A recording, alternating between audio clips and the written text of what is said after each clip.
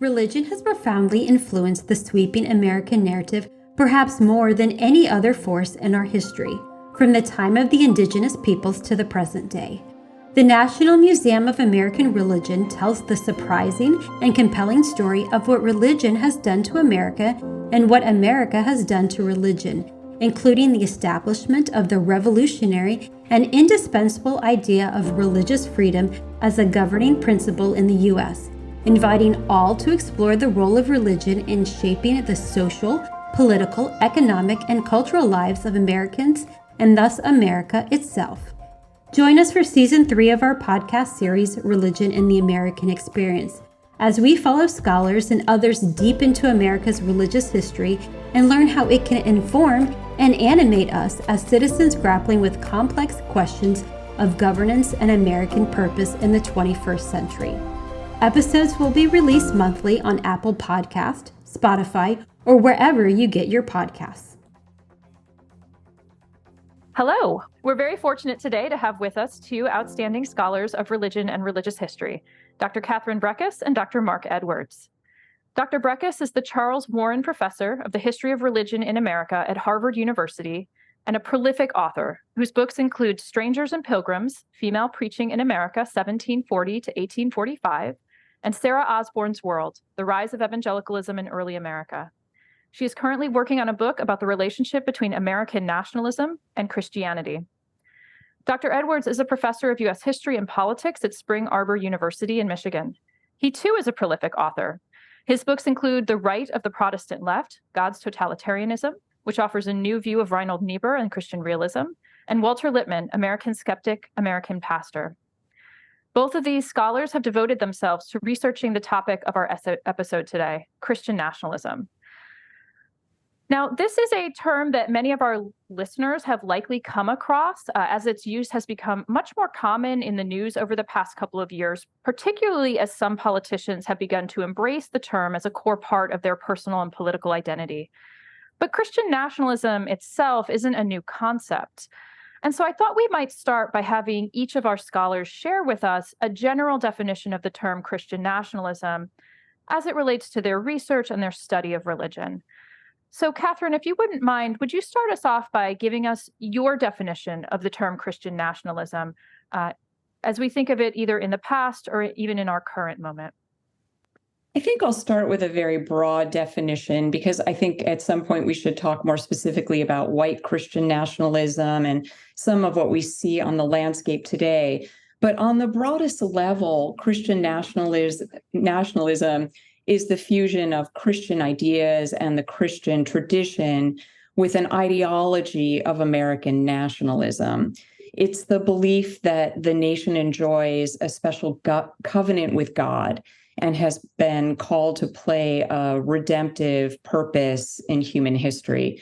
So really from the beginning of the founding of the Republic, there have been Americans who've described the United States as the new Israel or a redeemer nation, or as a chosen nation or an elect nation. So there have always, from the founding, been Americans who have claimed that the United States enjoys a special relationship with God and is specially chosen.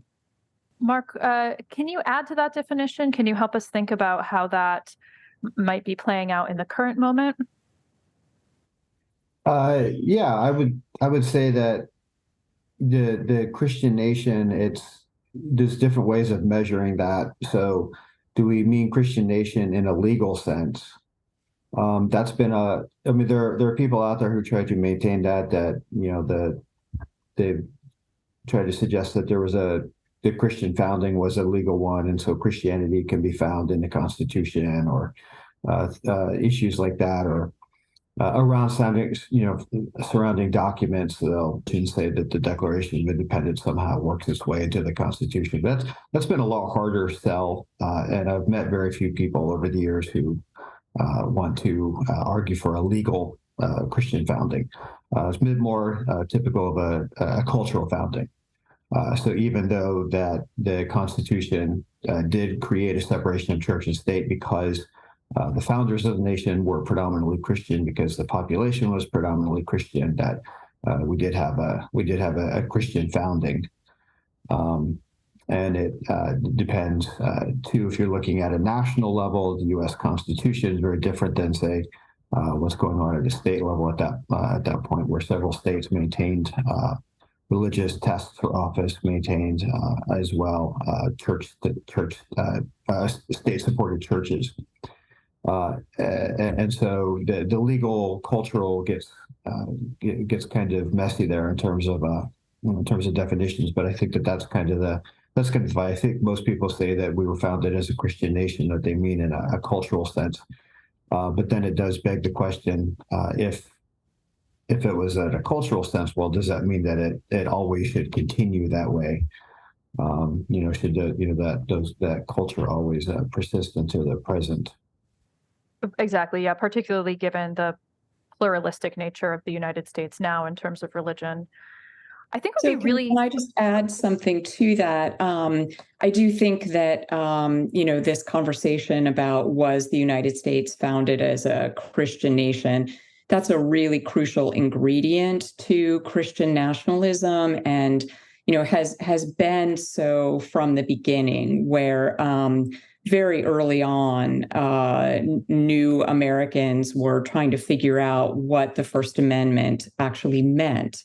Congress shall make no law respecting an establishment of religion or prohibiting the free exercise thereof.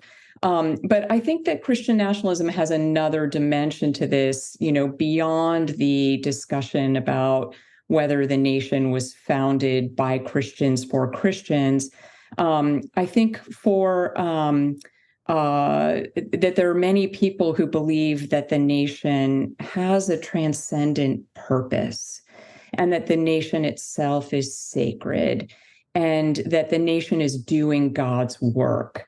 So this discussion about whether or not the United States was founded as a Christian nation is really a piece of a much larger set of ideas about the role that the United States supposedly has been destined to play in all of world history. I wonder if it might be helpful for us to drill down and think about how this developed over the sort of long sort of history of the United States by speaking specifically about particular time periods. So, Catherine, maybe you can tell us a little bit about the particularities of the emergence of Christian nationalist ideas in those earliest days of the U.S. Republic, and then think a little bit about how it changes over the 19th century. And then we can talk to Mark. Yeah. I think the first thing to say is that Christian nationalism, in American Christian nationalism, dates from the founding of the Republic. But ideas about groups of people having, some special covenant with God have a much longer history. And so really, to get at the root of these ideas, you need to go back to the Hebrew Bible, which tells the story of God's chosen people, the Israelites. This is a story that inspired Christians from the early centuries into the medieval period, and continues to be a very powerful story for Christians today. And so, as early as the 8th and 10th century, you can find groups of people who are saying, we have a special covenant with God. We are the new Israel. And during the medieval period, you hear the English saying that they're the special people of God. The Italians say it, the French say it, the Spanish say it. And this is because they're all reading the same text, which is the Bible. So there is a influential historian named Adrian Hastings who argues that the model for nationhood itself is found in the Bible. So the British settlers who, mostly British settlers who founded the original 13 colonies, brought a lot of these ideas with them across the ocean. British Protestants in particular had identified themselves as the elect people of God. England was the first nation to cut ties with the Vatican. Many British Protestants were very proud of their history as being, at the forefront of the Reformation. And so there were many British Protestants who argued that England was an elect nation. So in some ways, it's not at all surprising when Puritans and other 17th century settlers came to the New World and settled these colonies, that they continue to think of themselves as having some kind of special relationship with God. The Puritans especially, who describe themselves as a city on a hill. So there's a very long backstory, even before we get to the moment of the founding, where these kinds of ideas about divine chosenness were just part of the cultural atmosphere. Excellent. Yeah, I would. Really helpful. If I could pick up right there, I would say that the Christian identity of the United States is something that's really a conversation and a contest right from the beginning, because you have in the U.S. Constitution, it's literally a godless document. There's no mention to God. Unlike the Articles of Confederation, there's no mention to God or deity or anything in the preamble. The only time religion is mentioned in Article 6 of the Constitution, it's no religious test for office. So it really creates a pretty strict separation of church and state. And that's problematic from the beginning. Christians from the very beginning are writing in saying, we need to change the preamble. We need God in there. They were very concerned from the beginning that our Constitution didn't have these kinds of explicit religious references in. George Washington himself was one of those individuals. He added, "So help me God," to the presidential oath because he believed that God needed to be a part of oaths. So, I mean, even the framers of the Constitution disagreed on the place of religion and kind of the legal sense in the Constitution. And it's a contest that goes on throughout the 19th and 20th centuries. Tim Verhoeven has a wonderful book on secularism in the 19th century, where Christian groups are constantly petitioning, in some cases for symbolic gestures like no Sunday mail, specific legislation, and sometimes they're petitioning for rewriting the Constitution to add explicit Christian language and Christian references to the preamble.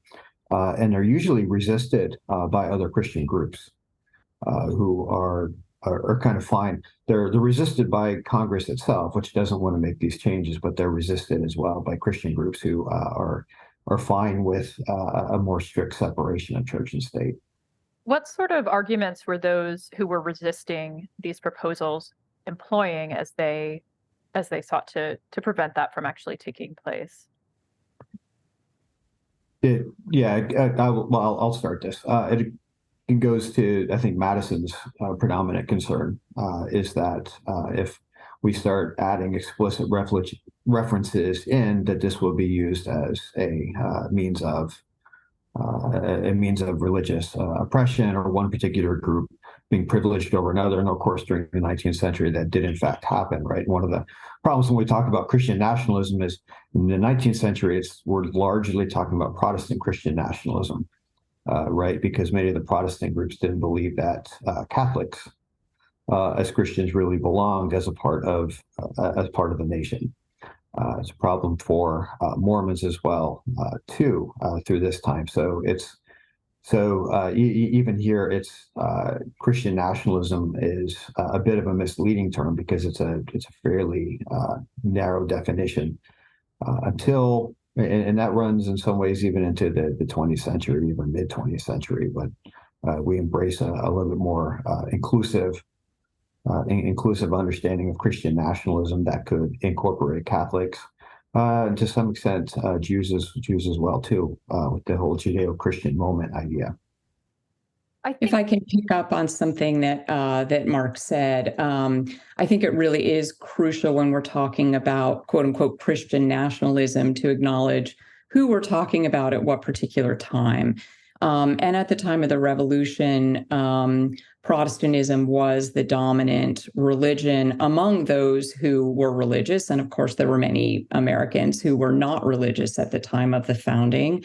And so when people imagined the nation as having some kind of special divine mandate, they thought it involved explicit the spread of Protestant Christianity and not sort of some amorphous Christianity. Part of the reason we ended up with separation of church and state is that there were so many different denominations of Christians in early America who actually could not agree on what Christianity was. Quakers and Congregationalists and Baptists and Anglicans were all arguing over how to understand the Christian faith. But one of the things that is interesting to me is, despite these denominational differences, so many Christians, so many Protestant Christians did believe that there was something special about the United States, that and the hubris of this is really extraordinary. If you think about, these are 13 little colonies strung along the eastern seaboard. The British Empire is huge, and yet you can find Protestant ministers and politicians making grand pronouncements about the future of the United States. It was not at all unusual for ministers to be describing George Washington as a quote unquote American Joshua, or even an American Moses, as if he was leading the chosen people across the Red Sea into freedom. Of course, there were dissident voices. I mentioned Quakers before. Quakers thought this sort of language was idolatrous. They were pacifists who opposed the bloodshed of the American Revolution. But even some of the sort of secular figures like Thomas Jefferson or Benjamin Franklin imagined that the United States was destined for greatness, and they thought that greatness had been providentially ordained. So Thomas Jefferson, who most historians would describe as something akin to a deist, argued that the United States was the last best hope on earth. But this is part of what happens with this fusion of nationalism and Christianity, that you do hear American Christians saying things like the last best hope is the United States. I think it might be helpful. I just read that speech of Jefferson's to students the other day, so I was thinking of last best hope, as you said. I was thinking it might be helpful to think through some specific examples of that Christian nationalism and when it was really salient in political culture in the United States. And it might be helpful to pick up from there and think about how those ideas shape maybe the late 19th century as we move into a time period where the United States is expanding across the continent, is experiencing a significant amount of immigration, and then even into the 20th century. So perhaps each of you can give us a few examples when this set of ideas, this idea about Christian nationalism, is especially important, when that the rhetoric of Christian nationalism might really matter, or moments when we're seeing politicians or opinion leaders use Christian nationalist ideas to achieve other political objectives that they might have. And maybe we'll start with Mark, and then we can go back to Catherine and get a few historical examples to help ground the discussion. So I'll mention the social gospel as a moment that, in terms of rhetoric, you do see a lot of appeals to Christian nationalism. Not always that specific term, Christian nation, but you do see all different kinds of terms around it. And even before then, Horace Bushnell, when he was talking about expansion to the West and how important it was that churches and missionaries go out to continue that work, he talked about America's becoming a complete Christian commonwealth. Well, that seems to, even though he's not using the explicit term Christian nation, that does seem to suggest a kind of Christian nationalism as well, too.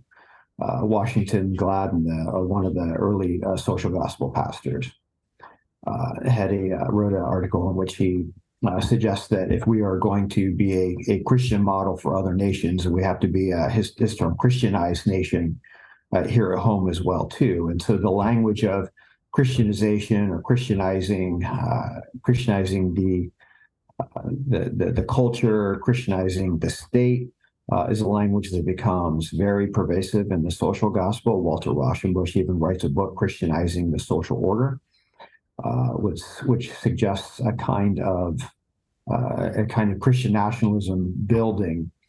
Now, what exactly that meant is very different than, say, the Christian nationalism of a Jerry Falwell in the 1980s. Right? Christian nationalism for Walter Rauschenbusch might include the installation of the social creed of the Federal Council of Churches at this time, which included things like labor rights. And so a mark of a Christian nation for Walter Rauschenbusch might be an 8-hour day, as opposed to a Christian nationalism for Jerry Falwell might be equal time laws, where creation science and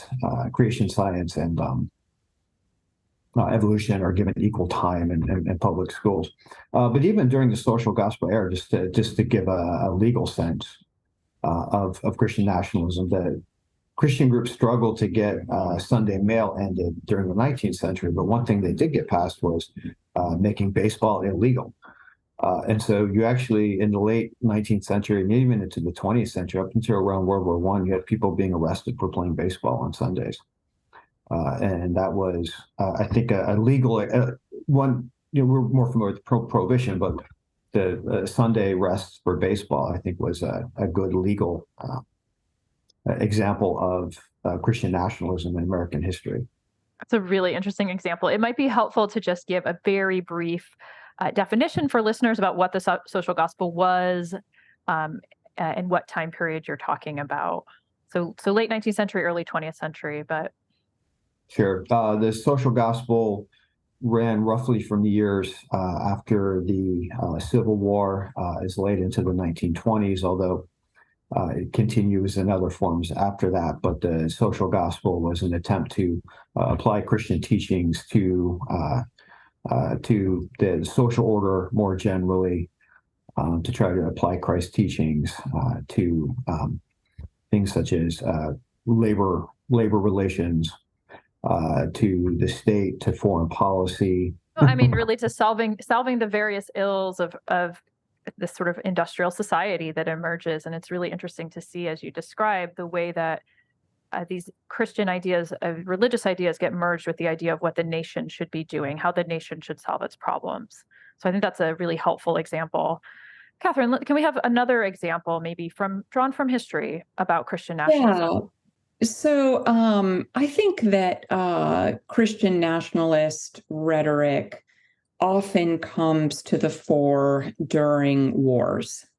American Christian nationalism is crystallized during the American Revolution, when the nation is imagined as having a transcendent purpose, and the nation is imagined as worth dying for. People should be willing to lay down their lives for the nation in imitation of Jesus. So really, in every major American war, you can see this kind of language coming to the forefront again. And I think the most dramatic example is the Civil War, where the nation is actually on the brink of dividing in two. But each side, both North and South, is claiming the mantle of chosenness as its own. So we all remember Abraham Lincoln's famous quotation about both pray to the same God and read the same Bible. This was definitely true for Northern and Southern Christians. But there was this very strong sense of the nation having this transcendent purpose that each one was called to uphold. One of the things that was very difficult for Northern Christians during the Civil War is that there had been some Northern Christians who were uncomfortable with the fact that God is not in the Constitution. And so when the Confederates created their own Constitution, they did put God in the Constitution.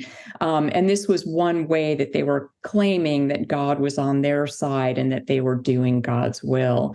So you can see, this kind of language through the Civil War and continuing into Reconstruction, when North and South reunite, and they reunite around the idea that the United States is supposed to be a Christian nation. And I think this is really important to emphasize, around the idea that it was supposed to be a white Christian nation. These Christian national ideas from the beginning of the revolution going forward always had an exclusionary bent, so that during the revolution, who was imagined to be a citizen? White men, but not women or enslaved Africans or indigenous Americans. Perhaps this would be a good time to get more in depth into that idea about what white Christian nationalism specifically is as we think about some of these other topics. So I wondered if you might even expand further on that, because it is such a key issue for us right now. Yes, I think that from the time of the revolution forward, and of course, at some points more intensely than others, there are always Americans who believe not only that the nation was called to some kind of divine destiny, but that the nation was supposed to be Protestant, which we've also already discussed, but also white. And so many of the struggles about the meaning of America have to do with who's included in this vision of its transcendent purpose. One of the things that I find just fascinating is that from the very beginning, from the revolutionary period forward, there were Native American Christians, there were enslaved Christians, and there were women who argued that, in fact, the nation was chosen and the nation was called by God, but that the nation hadn't fulfilled its promise yet. So one example would be Phyllis Wheatley, who was an enslaved woman who was the first published poet in the new United States. She had been kidnapped from Africa when she was probably about 7 years old, ended up arriving in Boston, was sold to a white family who taught her to read. And it turned out she was an extremely gifted child, and began writing poetry that was published. On one hand, Phyllis Wheatley criticized patriots for their exclusionary view of the nation and pointed out the hypocrisy of white Americans identifying themselves with the enslaved Israelites in the Bible, who are going to be rescued by a Moses, when actually there were real enslaved people living in the midst of the soon-to-be United States. But despite that critique of the new nation, Phyllis Wheatley also published poetry in which she imagined the United States as a beacon of political and religious freedom for the entire rest of the world. So she is someone, and we can trace this all the way to the present day. She's someone who, on one hand, critiqued these ideas, but on the grounds that they were not inclusive enough. She didn't argue that the United States did not have a sacred destiny, but rather that it had not yet fulfilled the promise of what God expected from the nation. So we really have several different types of Christian nationalism, a distinction between this white Christian nationalism and other types of Christian nationalism. Exactly. I think that's really important to recognize, because I think Christian nationalism as a broad term is really a kind of consensus tradition in the United States. There are huge numbers of Americans who believed that the United States is special. And we can see the way this language becomes secularized in the 20th century, where people start talking about the United States being exceptional. It's a kind of watering down of that earlier Christian language. But there are huge numbers of Americans who believed that the United States had been chosen, but they argued over what that meant. And for enslaved people, for indigenous people, for women who couldn't vote until 1920, the language of the rhetoric of Christian nationalism was actually used as a means of reform to try to spur the nation to make good on what was understood as, commands from God. So Martin Luther King, I think, is a wonderful example of this, where he was extremely critical of the nation, but the motto of the Southern Christian Leadership Conference was to redeem the soul of America. So this idea that, that America had a soul and that the United States had a destiny that hadn't yet been realized. Absolutely. Well, and I also think of the Martin Luther King Jr. speech that he gives at Riverside Church, where he's condemning the Vietnam War and drawing on religious themes to talk about the moral imperatives of the United States, that the U.S. has this particular role, and is it actually living up to it? Well, no, based on his understanding of religion. So he's talking about, once again, to bring in another war and to think about the way that these conflicts can actually be places where Christian nationalism is internationalized from the United States. I think he's a really good example. Mark, do you want to add any others, maybe from the 20th century? Yeah, well, I'll add in terms of white Christian nationalism as it's important to keep in the international context as well too, as something that can spur those things together. And I'm thinking particularly of the period between the 1890s and World War I, where you have the United States beginning to enter into the world stage, particularly with the Spanish-American War of 1898, the Philippine annexation of 1899. The United States hadn't had a great foreign policy debate really since the 1790s. It had been about 100 years between whether we supported England or France. In the 1890s, it's do we take the Philippines or not? And as the United States is imagining itself as becoming this global power, and as Dr. Brekus has mentioned, the redeeming power, a Christianizing power. Even Gladden, is suggesting setting this example for Christianization of others as we Christianize our nation. They're imagining it in a very paternalistic kind of way. We're going to go into the Philippines and we'll civilize the savage Filipinos. Right. So at the same time that the United States is building its Jim Crow system, its segregation system, we are also looking at peoples around the world and imagining ourselves as somehow either imagining ourselves as wanting to cut ourselves off from that, and there is that xenophobic element of this that will emerge, especially in the 1920s with the revitalization of the Klan. But really running from the 1890s and with a strong Christian rhetoric running into Wilson's presidency, it's much more of a Christian-led kind of white paternalism that the United States will take on these backward peoples and teach them civilization. So it's the United States imagining itself in this world that's also imagining itself as a kind of white superiority, combining with a sense of Christian mission too. And so that just reminds us that there's varieties of white Christian nationalism throughout American history too. And I think the case of the Philippines and the Spanish-American War also go back to something that Catherine mentioned, which is the idea that this is particularly Protestant, of course, because the Philippines and Cuba under Spain had been Catholic.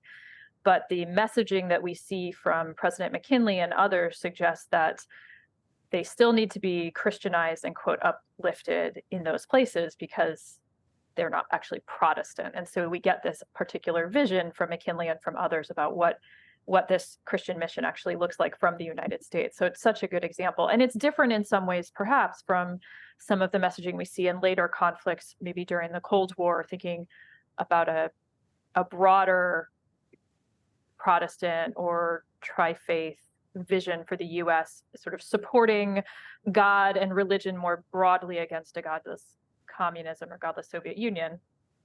Yeah, it's very hard to put a date on kind of the end of anti-Catholicism. Yeah.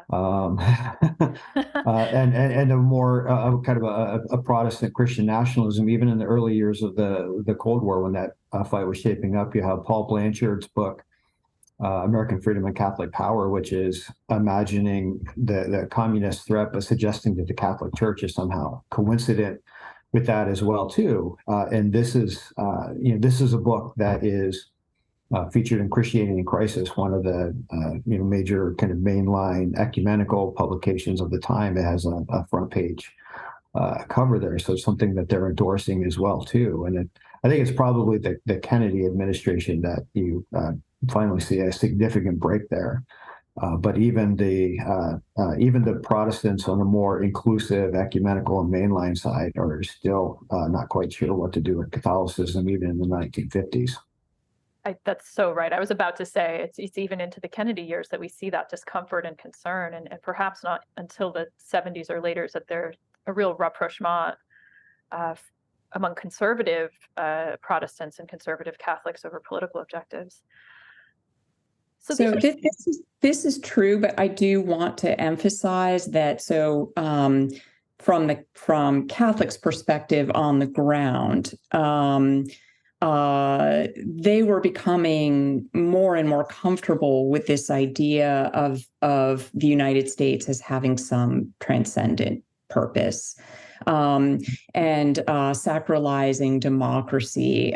This is part of the reason that Pope Leo XIII condemns what he calls Americanism in 1899, where he's afraid that American Catholics are just becoming too invested in American democracy and the American experiment. So it takes a very long time. And of course, we've only ever had two Catholic presidents, and the Protestant part of Christian nationalism, I think, remains strong. But I do find it fascinating the way that new religious groups, when they arrive in the United States, are influenced by this kind of ideology and eventually begin adapting to it and embracing it themselves. We're talking about Christian nationalism, but if we were talking more broadly about religious nationalism, we would see that there are Reformed Jews in the late 19th century who were identifying the United States as their promised land. Even though Protestants did not see American Jews as being fully American at this point. That's such an important point to keep in mind.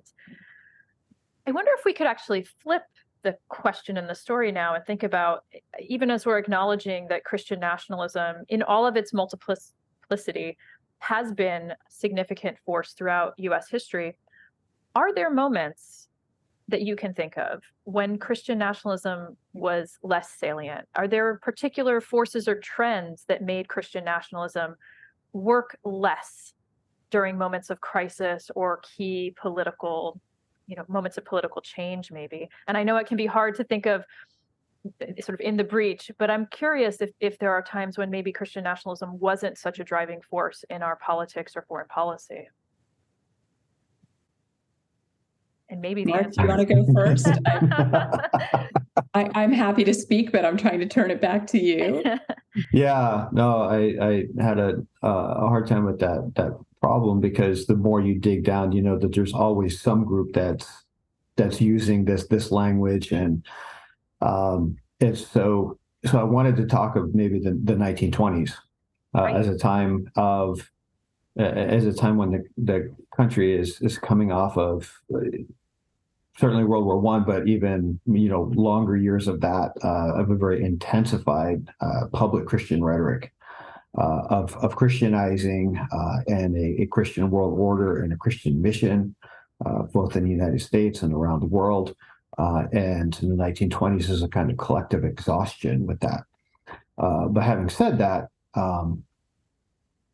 these are still the Prohibition years. One of the greatest triumphs of kind of Protestant Christian legal effort that they had been trying to secure this for quite some time. And there were certainly plenty of groups that were still imagining or trying to imagine or resurrect that language of the United States as a Christian America at this time. But in terms of the public level, the 1920s seems to be a time in which that kind of earlier language had broke of a Wilsonian language had kind of broken up or taken a break, at least to be revived in the Roosevelt years. So this is really interesting because, I think my response to this goes to Mark's original comment, which is it's very hard to find a time in American history where you can't find Christian nationalism, because I do think it's been a kind of just part of the air that Americans have been breathing since the beginning. So I actually see the 1920s as one of the really ugliest periods for particularly white Christian nationalism. And I think this is very interesting because, Mark, I think this is, you're still thinking back to social gospel and looking at their perspective on America in the 1920s. But I think when you shift the lens to different groups of people, things can look different. So 1924 is the very restrictive Immigration Act that, basically excluded Asian people and put extreme limits on the number of Eastern European Jews who could enter the country. And there seemed to be a lot of anxiety in the 1920s about the nation moving away from its white Protestant history. And so there's this crackdown on who can be an American, who can we imagine as part of the Republic. The 1920s are also the era when the Klan really starts building up huge numbers of members. The Klan was an explicitly Protestant, white and Protestant organization. Members of the Klan took their oath on top of a Bible, which was lying on top of an American flag. So it was an anti-Black organization, but it was also anti-Catholic and anti-Jewish. So this just goes to, I think, the larger point, which is that there are always critics of Christian nationalism in every period, but you can always find at least some evidence of it. There are always groups standing in opposition, but there are always pieces of it. Can we talk a little bit about what that opposition looked like at various points, given how much it is in the air, that Christian nationalism is in the air? Who are the people who are speaking out or attempting to protect maybe a strict separation of church and state? How are they fighting against what they might see as the forces of Christian nationalism, which, based on our conversation, might seem to be a sort of uphill battle for them? Go ahead, Mark. Yeah, the more xenophobic Christian nationalism, right? And Christian nationalism, it's where you're exactly right about the 1920s being kind of the more xenophobic, and so Christian nationalism is a way of setting up a barrier between us, as opposed to the Wilsonian era, where the Christian nationalism is really a call to call to kind of go out into the world. In the 1920s, it's a variety of groups. It's Christian groups. It's Jewish writers such as Walter Lippmann, New York World, that are trying to call out the Klan. So the more xenophobic forms of Christian nationalism, at least in the 1920s, are being called out in a variety of ways, in ways that maybe they were not called out in, say, the 1850s or 1840s.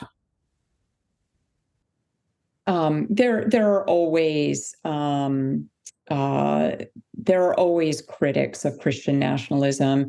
Not surprisingly, indigenous peoples, especially those who didn't share a Christian faith.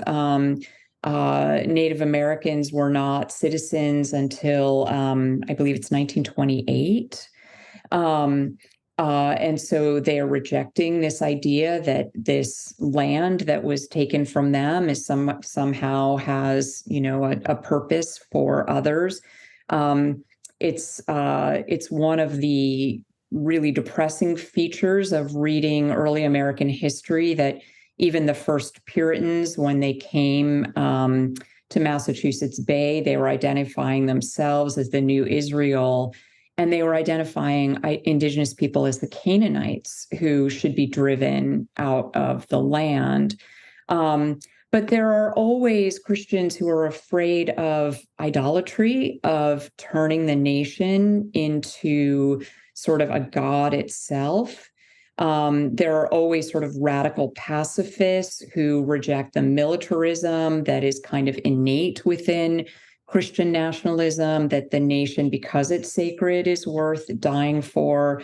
There are anarchists like Dorothy Day of the Catholic worker movement who refused to pay taxes and preached a gospel of personalism, where she thought that really individuals needed to take care of one another, and she was not at all interested in the nation state. So there are always these moments, and sometimes they come from surprising places.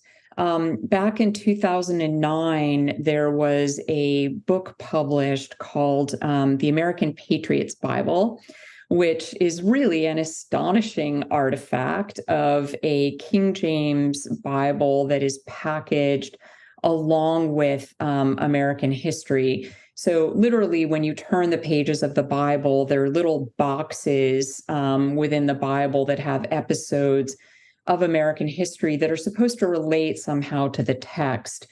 And the idea that you get from reading this all together is that the United States is actually the fulfillment of promises made in the Bible, and that the United States is carrying on biblical history and Christian history. This was an evangelical book, but there were evangelicals who were profoundly disturbed by it as well, who did call this book idolatry, to suggest that the nation is on par with God. That is a really fascinating artifact of the more recent history, and actually leads me to want to ask, without getting into the most recent history of Christian nationalism, I'm curious about, say, Christian nationalism later in the 20th century. If we think about maybe the 1980s or even the 1990s, after the fall of the Soviet Union, and thus one of the United States' atheistic menaces out of the way, how does Christian nationalism change as we get to the late 20th century? How does it evolve in the 1990s? Do we have a sense of that? Are we too close to that history still? Yeah, I can go. A lot of in the first half of the 20th century, a lot of the Christian nationalism was coming from the so-called mainline ecumenical churches. The National Council of Churches, for instance, at their inaugural meeting of 1950, their slogan was the building of a Christian America and a Christian world. But here, I think for this group, Christian nationalism was largely an aspiration. It was largely something to be aimed at, and particularly the kinds of things that they believed would mark a Christian nation were things that went back to the social gospel. So it's things like better labor rights, better working conditions, a stronger welfare state. By the late 1940s, that would include desegregation as well too. But that is what Christian America went, and so it was a more kind of inclusive and aspirant ideal. In the second half of the 20th century, and particularly I would suggest after the 1980s, Christian nationalism becomes a kind of identity politics, where it's more associated with grievance and an effort to try to portray Christians, particularly evangelical Christians, as particularly persecuted or targeted, that religious freedom is somehow on the decline in the United States, and that they have somehow been been targeted in some kind of way. And so it's more defensive than it is something that to be lived up to, is something more expressed as something that's been lost. We probably see some of that in those militia movements, the kind of fringe movements that we start to see. Not that they're not there before, but that become more publicly visible in the 1990s in particular, that authors like Kathleen Ballou have written about. Yeah. Yeah, you asked earlier about whether there were particular periods in which Christian nationalist rhetoric became, particularly strong or popular. And I talked about wars, but I also think that any time that there has been concern about the nation losing its Christian identity, sometimes it's explicitly Protestant identity, or its white identity, there has been this upsurge of the ugliest form of white Christian nationalist rhetoric. As I was saying before, Christian nationalism encompasses even, African American activists arguing that the nation is called to do better. But I think what we're seeing today is that the people who are most likely to be using this kind of rhetoric are not as interested in reform as they are in getting back something that they think was lost. So that there's this, this sense that the United States is straying away from the path that God set for it. There was an example of this, I think we're all old enough to remember this, after 9/11, where Jerry Falwell was on television and arguing that the attack on the World Trade Center and the horrible loss of life had been God's punishment on America for its sinfulness.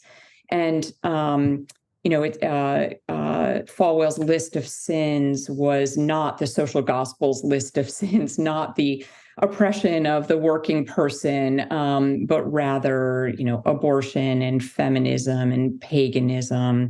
And so we see this kind of retrenchment and this language of going back to an original, older understanding of the nation as, if not Protestant, at least Christian, and governed by white Christian men. This is excellent. We have ranged over the full sweep of U.S. history and exploring this idea, which is really exciting. And so as we wrap things up today, I would love to see if either of you have any lessons or takeaways from this topic that you'd like to share, either in terms of important historical transformations that you're charting in your own work on this topic, or even in terms of helping us better understand our present moment in this long American narrative. Well, I think one thing that we can take away is that Christian nationalism probably won't be going away anytime soon. So if the hope is that this can somehow be, shamed or driven out of our politics, that's probably not going to happen. But it's maybe looking at.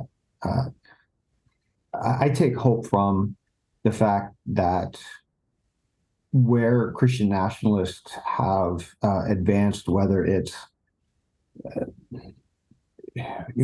was prohibition or baseball laws or something like that, or trying to rewrite the Constitution, that they've always faced opposition, and it's usually come from Christians as well too.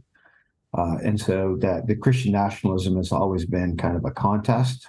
It's always been a conflict. It's something that's built into the United States, and in the same way that we've kind of always had a two-party system, we're always going to have fights over the place of religion and morality, particularly Christian religion. in this as well too. And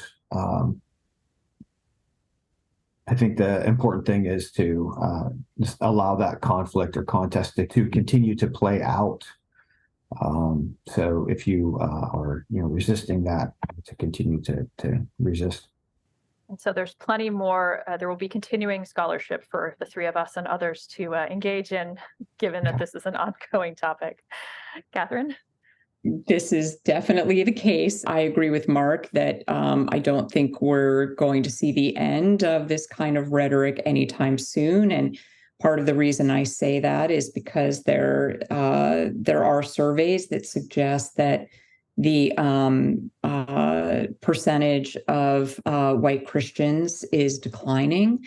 I think that is causing a great deal of anxiety among some white Christians who are determined to defend their privileged place in the Republic.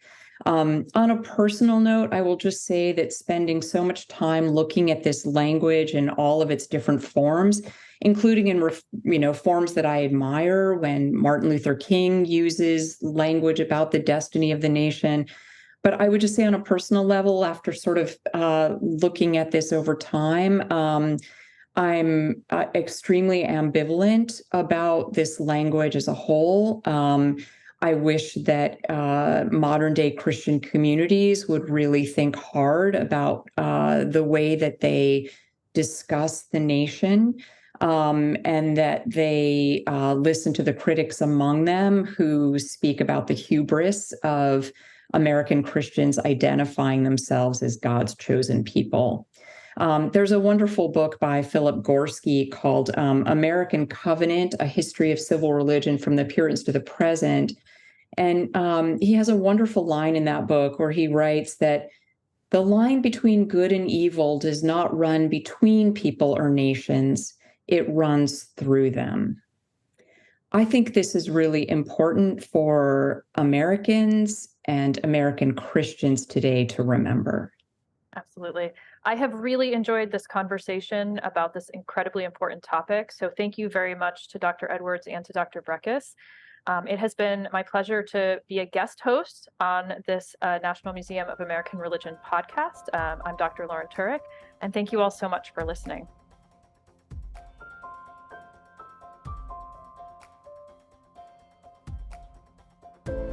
The podcast series Religion in the American Experience is a project of the National Museum of American Religion. Episodes will be released monthly on Apple Podcasts, Spotify, or wherever you get your podcasts.